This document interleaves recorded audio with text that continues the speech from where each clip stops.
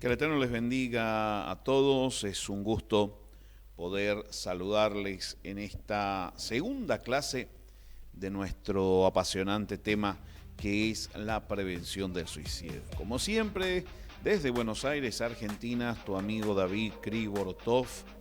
Vamos a estar metiéndonos de lleno en esta clase donde vamos a hablar un poquito ya acerca del examen suicida. ¿Qué examen tenemos que hacer nosotros como capellanes? El otro día estuvimos viendo algunas de las razones, o mejor dicho, la razón principal por la cual muchas personas llegan a esta trágica decisión. La falta de mecanismos de adaptación y mecanismos también de defensa.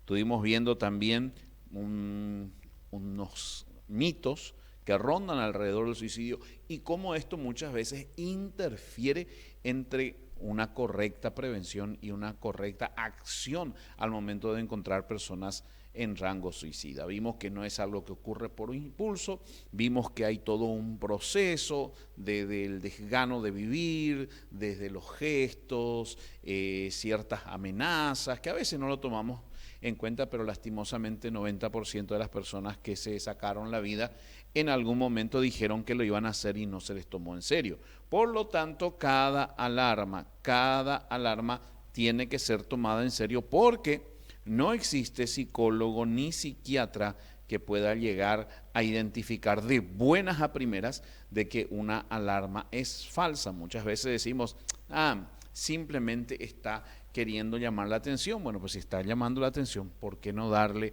a esa persona la atención que está pidiendo? Así que espero que les haya gustado, espero que hayamos aprendido y no se olviden de enviar sus dudas, sus consultas y de esa manera nos vamos enriqueciendo mutuamente.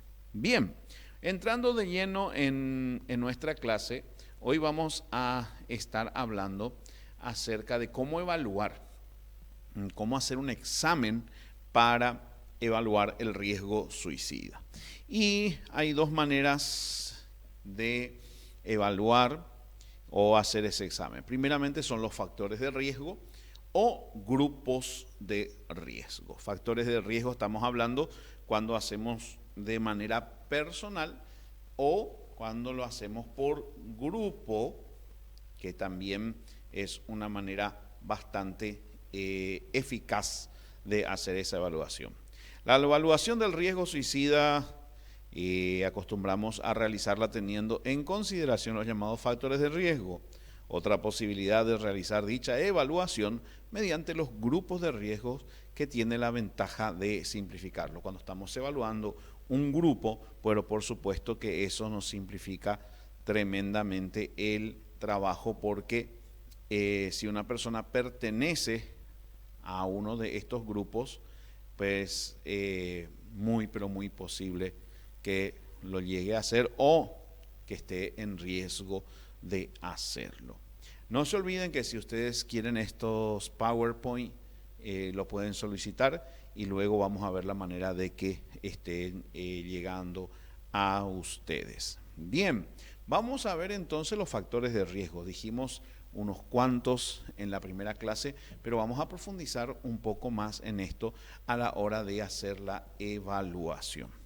Los factores de riesgo suicida son múltiples, por lo cual la evaluación del riesgo de suicidio basada en su detección conlleva las dificultades propias de dicha multiplicidad, porque muchas veces agarramos y simplificamos las cosas. Sí, estaba deprimido y por eso se suicidó, era lógico que se suicide, y cosas como esas muchas veces entorpecen detectar detectar. Hay un corto muy importante en YouTube que se llama Estoy bien. Yo voy a luego pasarlo a los grupos, este corto. ¿Por qué? Porque nos muestra en pocos minutos una vida cotidiana, una rutina, y que muchas veces en el medio de la rutina la persona dice estoy bien. Pero hay un amigo que detecta y lo mira y le insiste y dice, ¿cómo estás? ¿Cómo estás? ¿Cómo estás? Y la persona repite, estoy bien, y allá por la cuarta vez se larga a llorar porque realmente no estaba bien. Salía de boca para afuera, pero la realidad era muy diferente.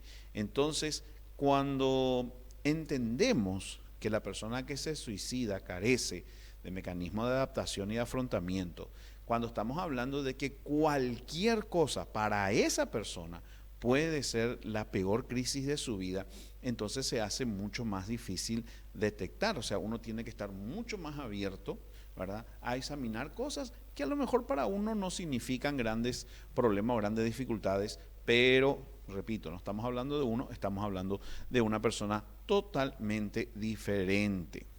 Los factores de riesgo son diferentes según se presentan en la infancia, en la adolescencia, en la adultez o en la vejez.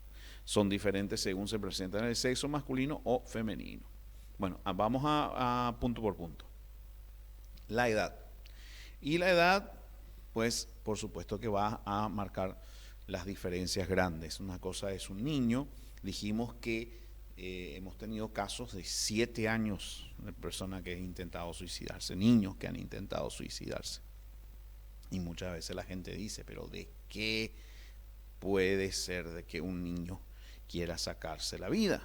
Bueno, lastimosamente pasa.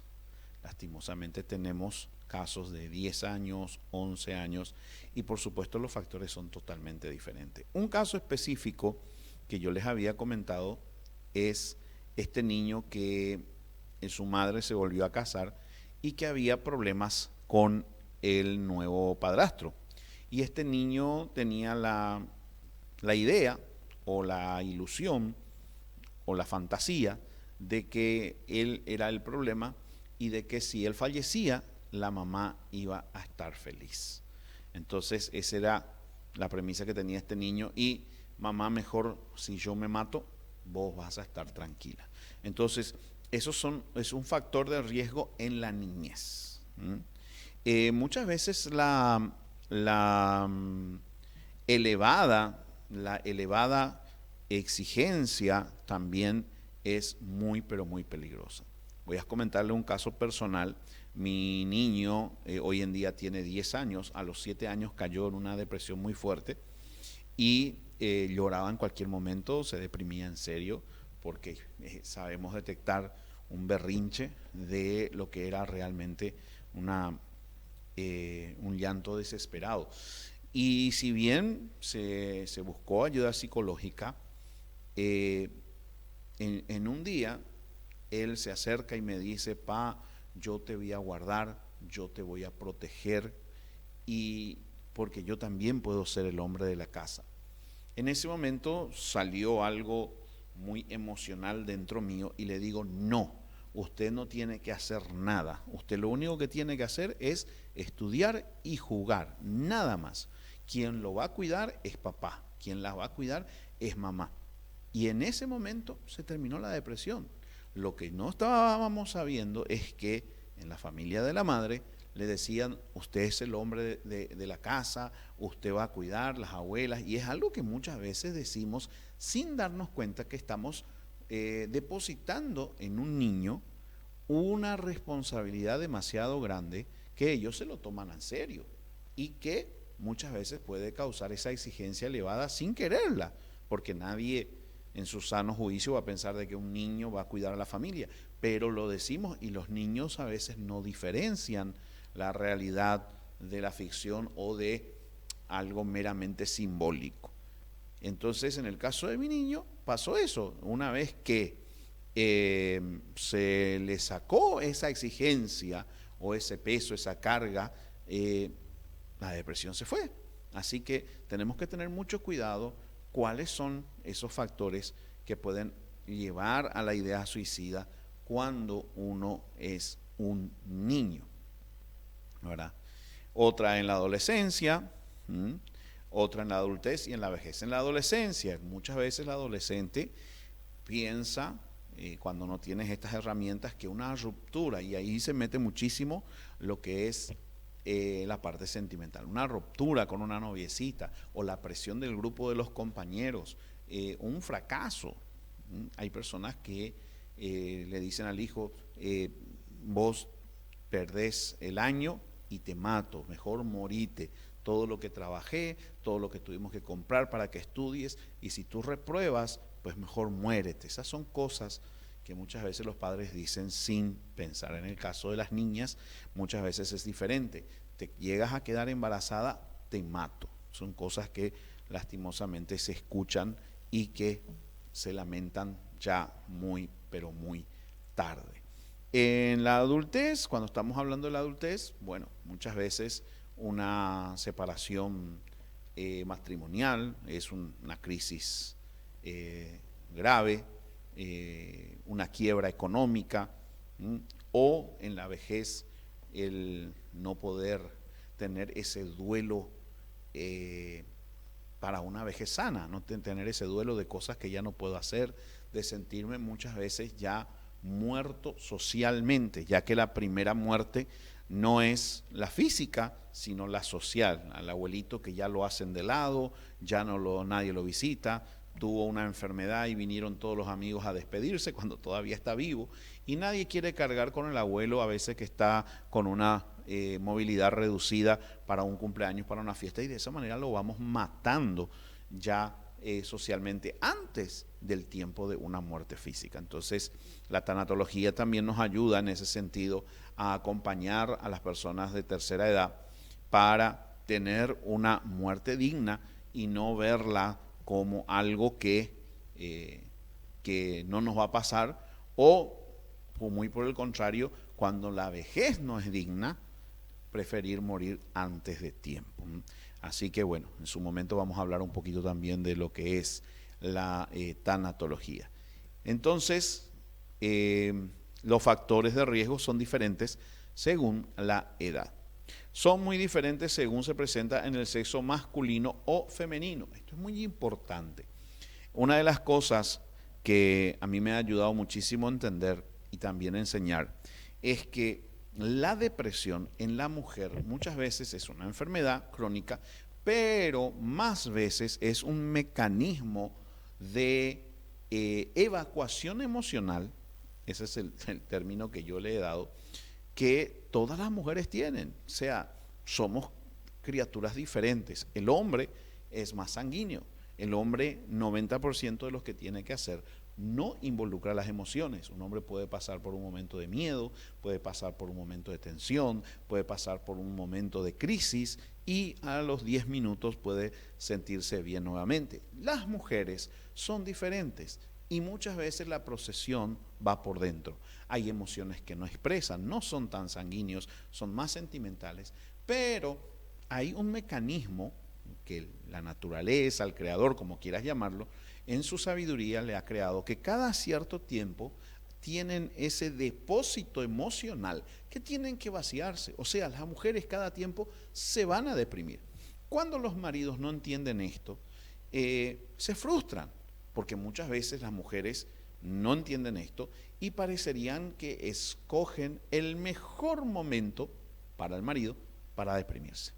Un momento donde se ha pasado momentos difíciles, donde se ha conseguido un aumento de sueldo, donde se ha comprado la casa nueva, donde se han pagado todas las cuentas y el marido se dispone a relajarse, a comer algo rico, una rica comida, una rica bebida, y cuando mira a su mujer, esta comienza a llorar aparentemente sin razón alguna. Muchas veces los maridos en una desesperación le preguntan, ¿qué te pasa con ese buen deseo de querer ayudar? Y la mujer rompe en llanto diciendo, no sé, déjame llorar. Y esto ha traído mucha frustración a muchas personas porque no entienden que justamente esa tranquilidad, justamente el momento de victoria, de relax, de superación, ha creado o sea, tú, marido, has creado ese ambiente donde tu mujer puede realmente purgar sus emociones. Hay momentos que las mujeres tienen que ser fuertes por los hijos, por el marido, por la situación, pero todo eso está adentro y si eso no se purga, pues se va a manifestar de una manera diferente en enfermedades, en cuestiones físicas o psicológicas. Pero cuando la mujer tiene la libertad de llorar, la libertad de purgar sus emociones, o sea, en ciertas palabras, se vale deprimirse. No estoy hablando de la enfermedad que tiene una persona 3, 4 meses, estoy hablando de días donde la mujer se permite llorar, donde la mujer permite ser débil por algún momento y purgar todas esas emociones. Eso va a permitir que la mujer nuevamente se llene de fuerza y pueda ser una mujer nueva para seguir adelante. Así que es muy diferente y maridos y ustedes capellanes también informen de esto a las mujeres, que muchas veces se vale deprimirse para purgar las emociones y luego volver a batallar esta vida que es dura, pero que es entretenida. Seguimos, o sea, es la reacción diferente entre un hombre y una mujer al momento de enfrentar las dificultades de la vida. Son diferentes según el contexto histórico, social, un contexto social concreto en el que se presenten, ¿verdad? O sea, estamos hablando que es muy diferente, por ejemplo, personas que están en países que tienen una crisis bastante difícil. Días atrás, por ejemplo, estuvimos viendo cómo en ciertos países pueden solamente comprar un pan por persona una vez al día. O sea, imagínense, hay que ser un poco más agradecidos por lo que tenemos, que en nuestros países tenemos libertad de poder comer. Y no estamos hablando de tener dinero, no, estamos hablando que aún teniendo dinero, estos países ponen un límite de compra de un pan por persona. Estamos hablando de personas que a veces tienen que escoger entre comer o comprar un medicamento. O sea, la situación social, ¿verdad?, tiene mucho que ver a la hora de evaluar el grupo de riesgo. No estamos hablando de factores de riesgo, sino estamos hablando de grupos, un grupo de personas que están saliendo de una crisis, que están saliendo de un lugar de guerra, un lugar de catástrofe, un tsunami. Muchas veces los capellanes tenemos que actuar en lugares bastante conflictivos o lugares donde las personas están en shock, huracanes, terremotos, catástrofes naturales y otros tipos de catástrofes a veces que no son naturales. Les comentaba, por ejemplo, el caso del supermercado Cuabolaños en Paraguay, cuando fallecieron más de 400 personas en ese incendio, tuvimos que trabajar ahí. Entonces estamos hablando de todo un grupo, estamos hablando de todo un barrio que está en un factor, en un grupo de riesgo, por supuesto. ¿Por qué? Porque los mecanismos de adaptación que tenemos no nos han preparado para semejante magnitud. Nadie está preparado para eso. Y lo siguiente es también que esos factores son muy, pero muy individuales. Recuerden esto, lo que puede ser normal para una persona, para otra persona puede ser la dificultad más grande que está pasando. Bien, vamos a seguir. Factores de riesgo. Hay algunos factores de riesgo suicidas que son comunes en cualquier etapa de la vida, ¿verdad? Factores de riesgo, la enfermedad mental. Una persona que tiene una enfermedad mental no puede discernir los peligros. Entonces, una persona con una enfermedad mental tiene que ser una persona que tiene que tener un cuidado especial. Hemos trabajado muchas veces con casas de días de enfermos mentales y hay que poder entender y comprender los riesgos. Esto es un riesgo en todo tiempo y a toda edad. Los antecedentes personales de conducta suicida. Cualquier persona en cualquier edad que ya ha intentado el suicidio tiene que ser una persona que tiene que ser cuidada. No creo en eso de que siempre va a ser un suicida, así como muchas veces se dice, el alcohólico siempre va a ser alcohólico, el adicto siempre va a ser adicto. Por supuesto, siempre está la tendencia, pero si se hace un buen trabajo, no puede la persona vivir estigmatizada por algo, sino que haciendo un trabajo correcto, esa persona puede ser no solamente ayudada, sino que formada para nunca más volver a caer en el mismo círculo vicioso. Pero muchas veces, y esto es lo que hay que tener cuidado, muchas veces las personas que han intentado el suicidio apenas salen de la crisis y dejan los tratamientos. Pasa con los padres insisten mucho, traen no solamente padres, esposos, familiares, traen a sus familiares a las consultas, sí, vamos a hacer todo lo que usted dice, pero abandonan la terapia, abandonan las consejerías, ¿y qué pasa? Ya está bien. Ah, no, pero él está riendo, está trabajando, volvió al colegio, está bien, está bien. Es como que ya pasó, pero no es así. Así que los antecedentes tienen que tener cuidado y continuar un tratamiento correcto, un tratamiento multidisciplinario, psicológico, espiritual, en todos los ambientes, porque dijimos que las razones son múltiples. Bien, antecedentes personales y también antecedentes familiares con conducta suicida. Mucho cuidado con los parientes, porque hay un dicho en Paraguay que se dice, esto va a traer cola, o esto va a traer su réplica. Se mató a alguien en la familia, bueno, están esperando que alguien más se mate, porque es como normal, muchas veces, es como normal de que después de que alguien se mate, otra persona más intente o consuma el suicidio. La desesperanza y la impulsividad.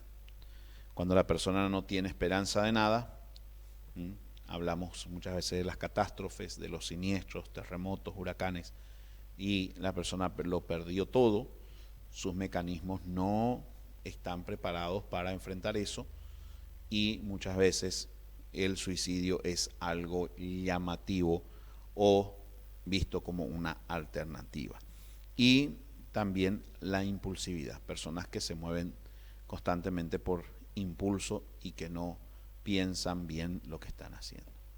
Seguimos con los grupos de riesgos suicidas, ¿verdad? Los sujetos deprimidos, o sea, toda persona deprimida. Quiero que entiendan bien la diferencia porque a veces parece un trabalengua. En la clase anterior dijimos que no todos los suicidas son deprimidos, pero todos los deprimidos están dentro de un rango suicida, porque el depresivo, y estamos hablando de la enfermedad, estamos hablando del mecanismo de purga emocional de las mujeres que hablamos hace rato. Estamos hablando de una persona que está sufriendo una depresión ya con tiempo, una depresión crónica. Hay que tener mucho cuidado y hacer la evaluación. No es porque la persona esté deprimida no la vamos a evaluar, no es porque esté deprimida no vamos a hablar, muy por el contrario, justamente que la persona está deprimida lo pone en un grupo de riesgo y por lo tanto hay que hablar y hay que evaluar. Los individuos que presentan ideas suicidas o amenazan con suicidarse, ya, bueno, lo dijimos eso, si ya habló, ya amenazó, hay que tomarlos en serio. Las personas que han realizado un intento de suicidio, los sujetos vulnerables en situación de crisis, los sobrevivientes a un suicida. Todas estas personas están dentro del grupo suicida y hay que tener mucho cuidado con ellos. Vamos a hablar un poquito más de los deprimidos. La depresión es una enfermedad muy frecuente en la comunidad.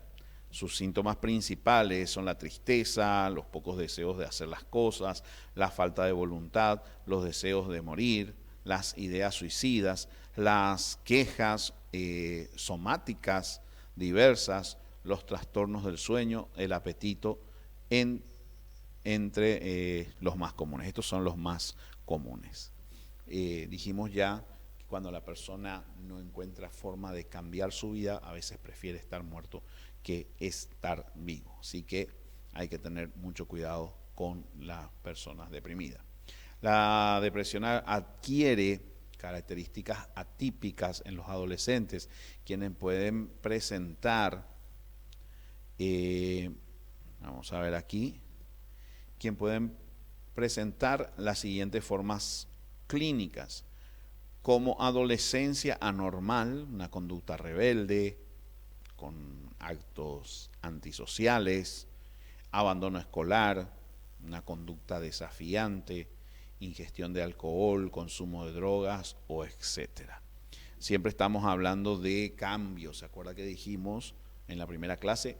Cambios drásticos en el consumo de alcohol y drogas, cambios drásticos en la conducta, cambios drásticos de una persona que no era violenta se vuelve violento. Y en otro caso también como una enfermedad física, quejas de supuestas enfermedades, preocupaciones excesivas por la salud como enfermedad mental. Muchas veces estos son síntomas de depresión y muchas veces no son tomados en serio. Un joven puede estar sano físicamente y está muy preocupado por su salud. Los padres muchas veces se burlan, muchas veces lo toman por broma y realmente lo que están expresando es una depresión. En los ancianos la depresión puede presentarse de las siguientes formas, como un envejecimiento supuestamente normal, y muchas veces es una depresión disfrazada. Una persona que todavía puede moverse, una persona que todavía puede hacer un montón de cosas, de la noche a la mañana no hace nada, y uno dice, bueno, no, pero no tiene 100 años, tiene 60 y hasta ayer se movía, no puede envejecer de un día para otro. Mucho cuidado con eso. Como envejecimiento anormal, como enfermedad física, como una enfermedad mental o depresiva, o como una enfermedad mental depresiva. Así que hay que tener mucho cuidado en ese sentido. Seguimos. Los grupos de riesgo suicidas, específicamente los que intentan el suicidio. Entre el 1 al 2% de los que intentan el suicidio se suicidan durante el primer año, mientras que entre el 10 y el 20% consuman el suicidio durante el resto de sus vidas. Hay que brindar apoyo emocional en situaciones de crisis y ofrecer soluciones no suicidas alternativas. Es lo que venimos diciendo también en la clase pasada. Un duelo, que la próxima clase vamos a estar, la cuarta clase, perdón, vamos a estar hablando específicamente del duelo. Un duelo sano, según los profesionales, puede llegar a durar hasta 2 años. O sea que una persona que perdió un familiar, que se separó, puede estar en ese proceso 2 años, si es que no se estanca. Y si se está un duelo estancado, puede estar 6, 7 años.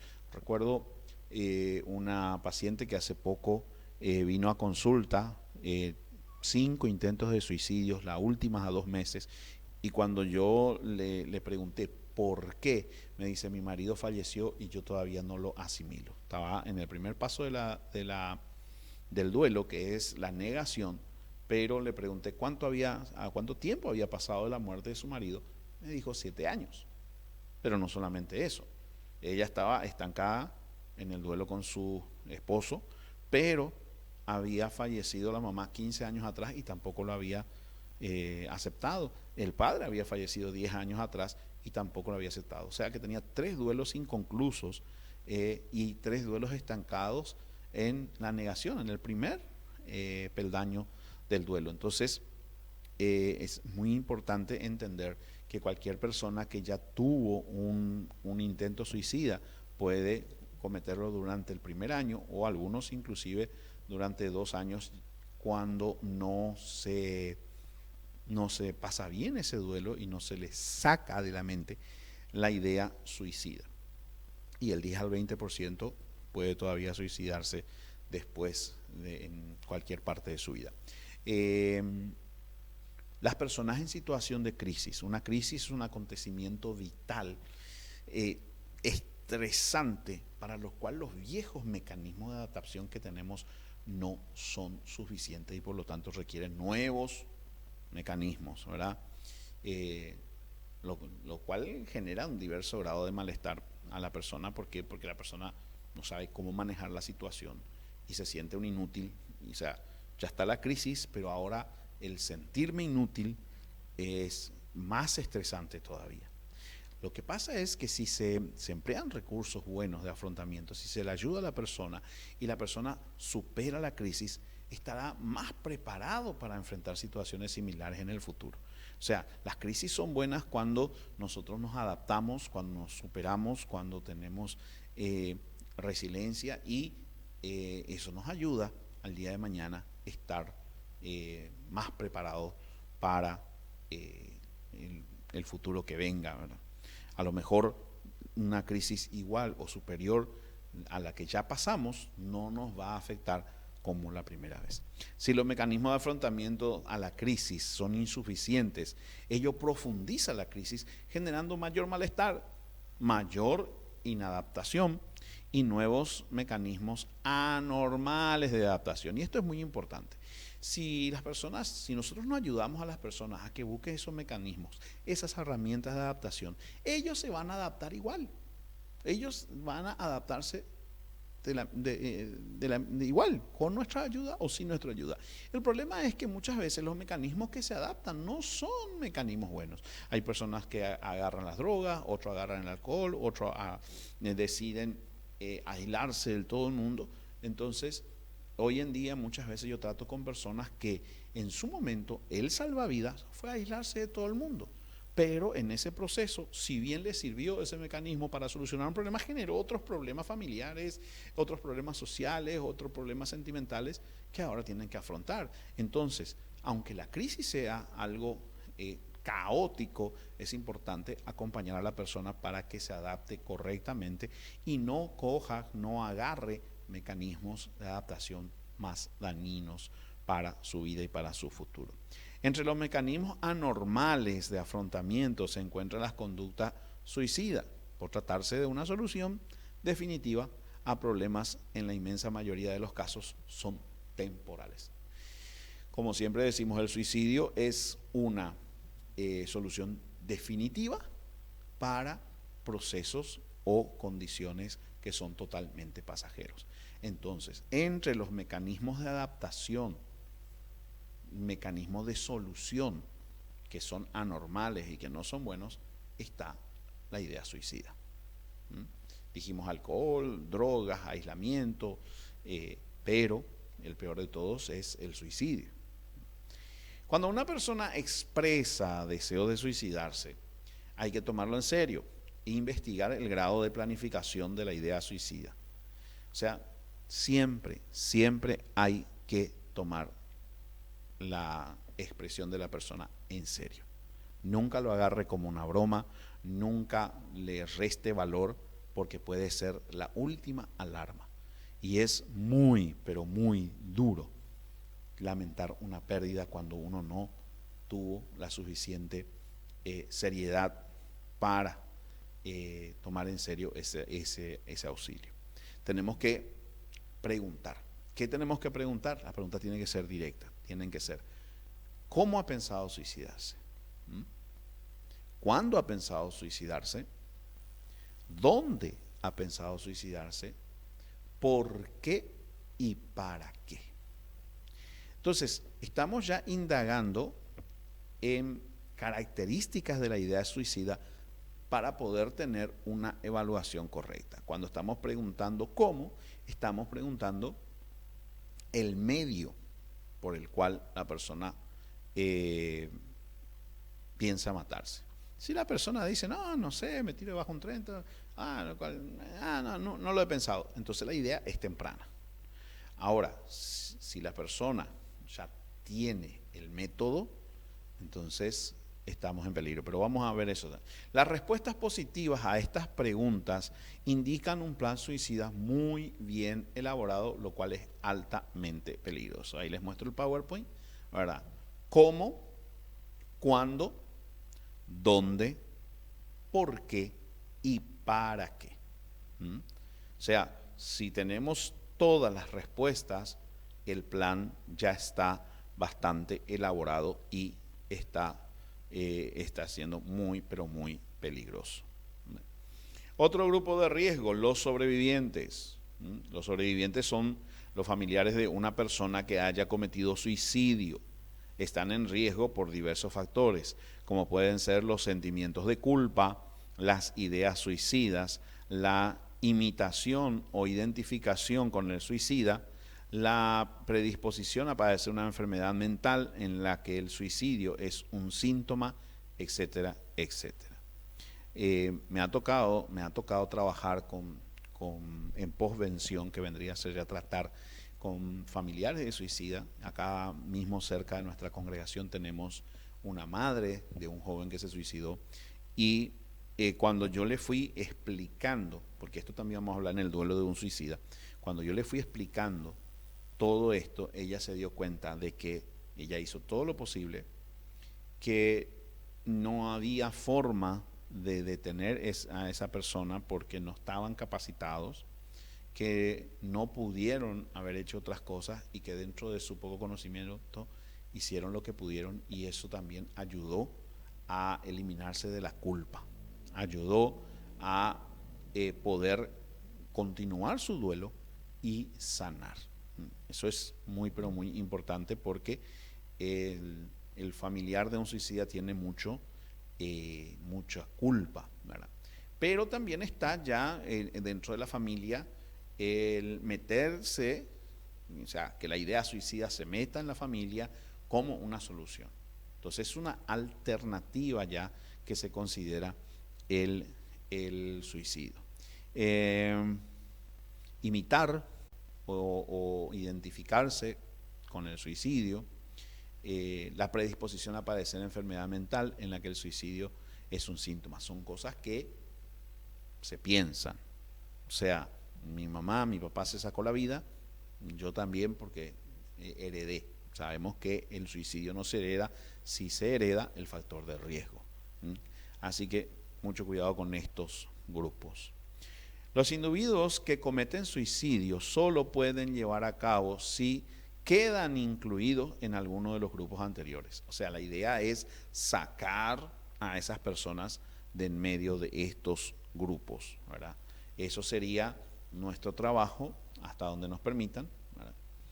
También los enfermos mentales solo pueden cometer suicidio si están deprimidos, si presentan ideas suicidas o amenazan con el suicidio, o si están en situación de crisis, si son sobrevivientes o han intentado el suicidio con antelación. Esto significa lo que ya veníamos hablando: un enfermo mental no necesariamente va a intentar suicidarse, pero si a la enfermedad mental se le suma, ¿verdad?, depresión, se le suma algún familiar suicida o algún intento, pues por supuesto que está en un grupo de riesgos. Los enfermos físicos solo pueden cometer suicidio si se deprimen. Muchas veces hay personas que tienen mucha dificultad, o sea, mucho temor a que una persona enferma se quite la vida, cuando la persona no muestra signo de depresión y por más enfermo que esté, tiene todas las ganas de vivir. Yo he visitado personas enfermas de diferentes enfermedades y muchas veces pensé en llegar y encontrar una persona deprimida, sin ganas, y muchas veces me he llevado una tremenda sorpresa por la vida que emana en esta persona, las ganas de vivir, la fuerza con la cual están enfrentando su enfermedad. Por lo tanto, un enfermo físico no entra dentro del rango suicida a no ser que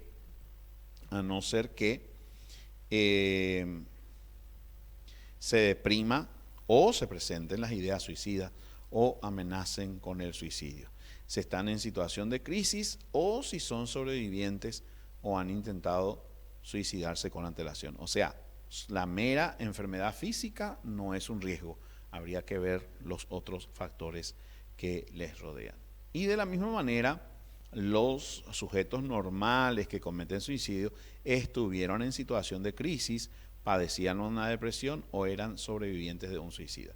Cuando una persona logra cometer el suicidio es porque estuvo dentro de algún factor de riesgo. Les comentaba de esta niña de 15 años que se quitó la vida y cuando hablé con los padres comenzamos a evaluar y sí, pudieron ellos identificar, lastimosamente tarde, de que estaban los grupos y estaban también los factores de riesgo.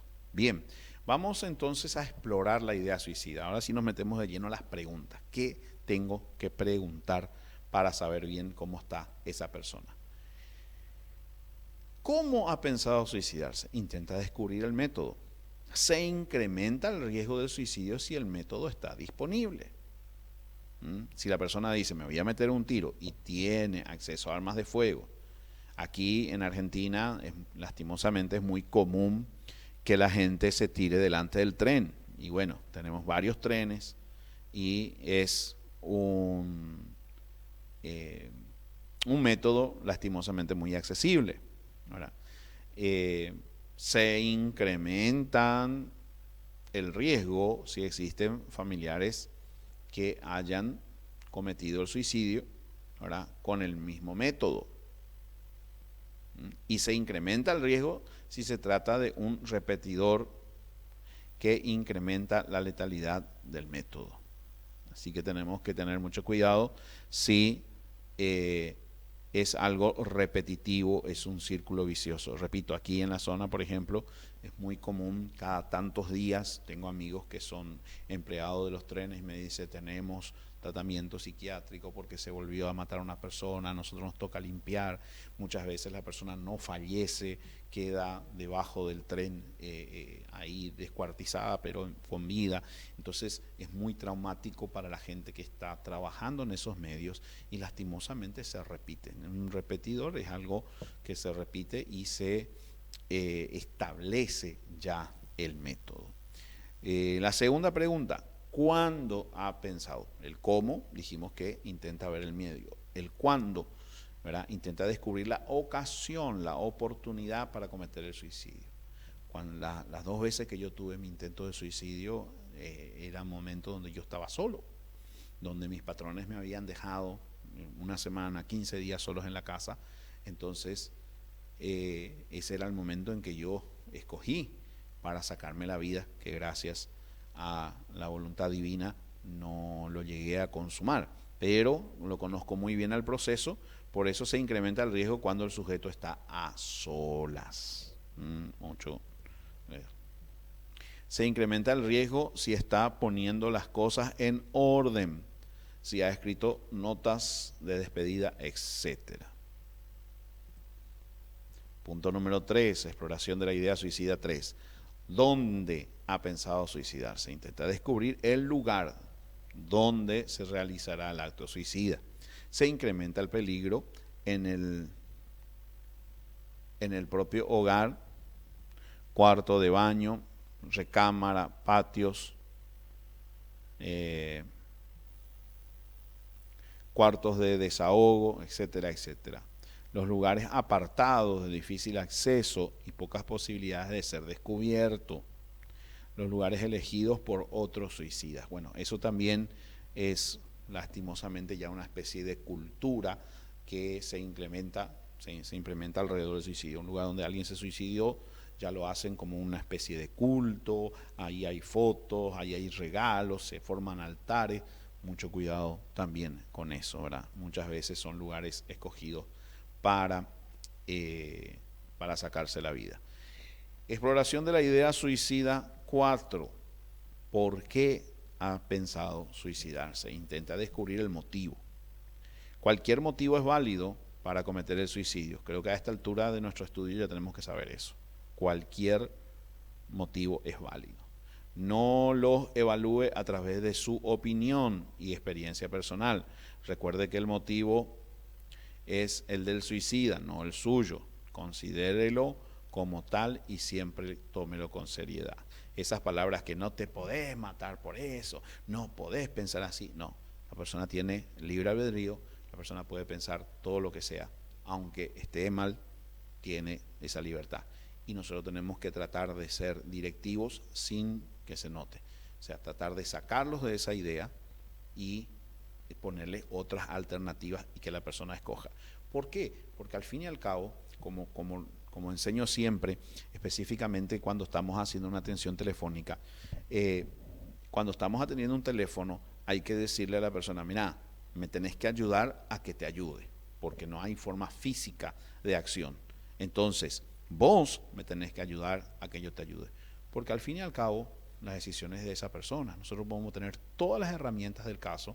Se lo digo a capellanes que muchas veces se sienten como que han fracasado y algún paciente se le mató, algún conocido se les mató. Le digo, mira, la decisión es de la persona. Uno puede tener todas las herramientas del mundo, pero al fin y al cabo, la decisión es de la persona. Entonces, cuando alguien a mí me amenaza y se me pone en bruto, le digo, bueno, si querés matarte, matate. Quien la está pasando mal sos vos. Y quien vas a dañar es a tu familia, o sea, no soy yo. ¿Verdad? Muchas veces, cuando intentamos ayudar a la persona comienza a discutir como que saben más que uno que sea preparado. Pero muchas veces yo he tenido que frenarlas y decirle, espera, quien está necesitando sos vos. Quien está a punto de matarse sos vos. Yo no soy el que necesito hablar con vos. Vos me tenés que ayudar a ayudarte. Entonces, eso tenemos que entender. Muchas veces la gente religiosa me dice, oramos, ayunamos, hicimos esto, igual se mató, porque no es algo que nosotros podamos hacer por la persona, es algo que tenemos que hacer con la persona.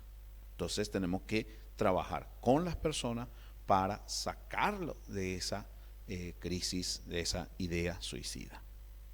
Así que siempre vamos a tenerlo bastante respeto y tratarlo con seriedad. Exploración de la idea suicida 5. ¿Para qué ha intentado suicidarse? ¿O para qué quiere suicidarse? Intenta descubrir el significado del intento suicida. El deseo de morir es más grave, pero no el único. Acuérdense de esto. El deseo de morir en ese momento es más grave, pero no. Hay otros deseos, hay otros problemas. Deseo de ser escuchado, deseo de ser amado, deseo de ser reconocido, deseos de un montón de cosas que nosotros tenemos que escuchar. Si bien el intento suicida es el más grave, como dijimos en nuestro método anterior, ¿se acuerdan del ejemplo que le di de la roca? La roca entera es imposible llevarla, pero si la picamos, la vamos sacando peso. Entonces, el deseo suicida ya está muy avanzado, pero ese deseo se formó de varios pedazos de varios problemas, ¿verdad? Por lo tanto, vamos a ir desarmando y ir sacándole pequeños pedacitos, desenredando toda esa madeja de hilos, ¿verdad?, psicológicos de pensamiento, y eso va a traer un poquito de oxígeno a la manera de ver las cosas y la vida comienza a tener un poquito más de sentido. Otros significados son petición de ayuda, deseo de mostrar a otros cuán grandes son sus problemas, deseos de reunirse con un ser querido fallecido, agredir a otros o expresar rabia. Por eso que es muy importante dejar que la persona se exprese. Si tiene que decir malas palabras, yo personalmente soy una persona que nunca digo malas palabras, no es de mi cultura decir malas palabras, pero muchas veces las personas que son pacientes dicen las peores palabrotas y uno no tiene que decirle no hables así, no lo digas, no, deje que se exprese, deje que se exprese, deje que exprese ira, deje que exprese enojo, ¿verdad? Y explíquele que no es la manera correcta de expresar su ira. Para aquellas religiones bíblicas, para aquellas religiones monoteístas, el suicidio es un pecado. Por lo tanto, cuando una persona dice me quiero reunir con un ser querido, es también importante ver todo el ámbito religioso de lo que la persona cree. Este es un punto totalmente aparte cuando hablo del suicidio en el ámbito religioso, porque he tenido muchos pacientes que por culpa de una manipulación religiosa, por pertenecer a sectas que manipulan, que influencian más miedo que otra cosa, muchas veces hay personas que han decidido sacarse la vida, pensando que no tendrían perdón de Dios. Por eso siempre aclaro, hay que ayudar a las personas respetando su libre albedrío, respetando su religiosidad y su religión. Estamos en países donde se permite la libertad de culto y la libertad de pensamiento, a que busques personas espirituales y que se refugien en la espiritualidad, no en la religiosidad, en el fanatismo, que terminan matando, porque inclusive muchas veces yo he tratado con líderes fanáticos que cuando les he contado inclusive un caso de suicidio, las personas se alegran diciendo, sí, porque no nos hizo caso, decidió eso. Entonces estamos hablando, la religiosidad, no vamos a perder tiempo con eso, pero el fanatismo y la religiosidad ha matado más personas en el mundo que inclusive las guerras. Así que siempre hay que guiar a la persona que busque espiritualidad. En cualquier religión hay gente buena y gente mala.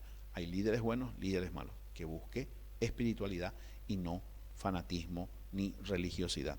Así que, y en el caso de la persona ser una persona monoteísta, entender que si el ser querido falleció en otras condiciones, es muy difícil que esa persona vaya al mismo lugar atentando contra su vida, o que esa persona no creo que esté conforme viendo cómo esa persona corta su vida sin vivirla. Que es como decirle, mira, tu abuelita estaría contenta de que vos te mates. Va a llegar el momento que te vas a reunir con ella, pero no a través de este método. Bien, seguimos.